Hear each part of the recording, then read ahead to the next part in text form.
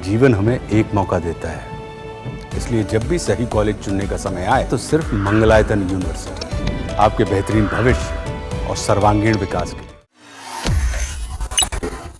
पंजाब में शिरोमणि अकाली दल और बीजेपी के बीच गठबंधन की चर्चाएं फिर तेज हो गई हैं। हाल ही में लुधियाना पश्चिम विधानसभा क्षेत्र में हुए उपचुनाव में दोनों पार्टियों को हार का सामना करना पड़ा था, जिस वजह से अब कहा जा रहा है कि गठबंधन की संभावनाएं तलाशी जा रही हैं। पार्टी के वरिष्ठ नेताओं का मानना है कि अगर दोनों पार्टियों का गठबंधन होता तो राजनीतिक नजारा कुछ और होता। गठबंधन टूटने के बाद से दोनों ही पार्टियां राजनीतिक रूप से हाशिए पर चल रही हैं। लुधियाना उपचुनाव की बात करें तो बीजेपी तीसरे और अकाली दल चौथे स्थान पर रहा। भाजपा के प्रदेश अध्यक्ष सुनील जाखड़ ने कहा कि अगर गठबंधन होता तो ये निश्चित तौर पर सूबे की फिजा बदलेगी। उपचुनाव से साफ हो गया है कि अकेले चुनाव लड़ने से दोनों पार्टियों को नुकसान हो रहा है। ऐसा हम क्यों कह रहे हैं, ये भी समझिए। आपको याद होगा कि अकाली दल ने कृषि कानूनों के विरोध में बीजेपी के साथ गठबंधन तोड़ा था, जिसके बाद से दोनों पार्टियों ने अलग अलग विधानसभा और लोकसभा चुनावों में भाग लिया।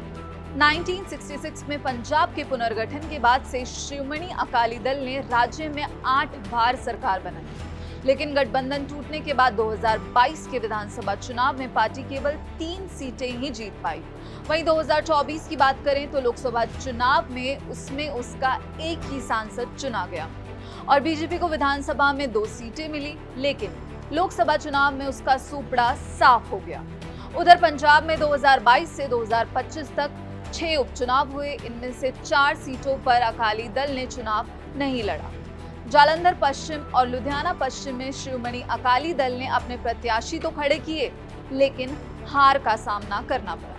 वहीं आपको बता दें, बीजेपी के एक वरिष्ठ नेता ने कहा, 5 बार मुख्यमंत्री रहे प्रकाश सिंह बादल ने अकाली दल और बीजेपी के गठबंधन को नाखून मांस का रिश्ता बताया था। अब फिर से इस गठबंधन की आवश्यकता है, क्योंकि पंजाब में कई ताकतें राज्य के सौहार्द को बिगाड़ना चाहती हैं। वहीं शिरोमणि अकाली दल के एक वरिष्ठ नेता ने कहा, ये स्पष्ट है कि दोनों पार्टियां अकेले चुनाव लड़ेंगी तो किसी का भला नहीं होगा। लुधियाना उपचुनाव इसका उदाहरण है।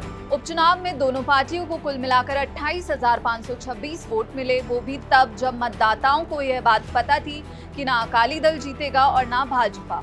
दूसरी ओर विजेता आपको 35,179 वोट मिले।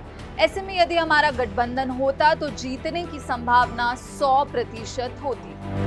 हालांकि पंजाब के कई अहम मुद्दे हैं जिन पर अकाली दल का मोदी सरकार के साथ पंगा चल रहा है, जैसे किसानों को एमएसपी का मामला, चंडीगढ़ में अधिकारियों की तैनाती, बंदी सिंघों की रिहाई, किसानों के ऊपर बैंक कर्ज की माफी, जिनकी वजह से ये भी कहा जा रहा है कि इन दोनों का फिर से साथ आना अभी दूर दूर तक नहीं दिख रहा है।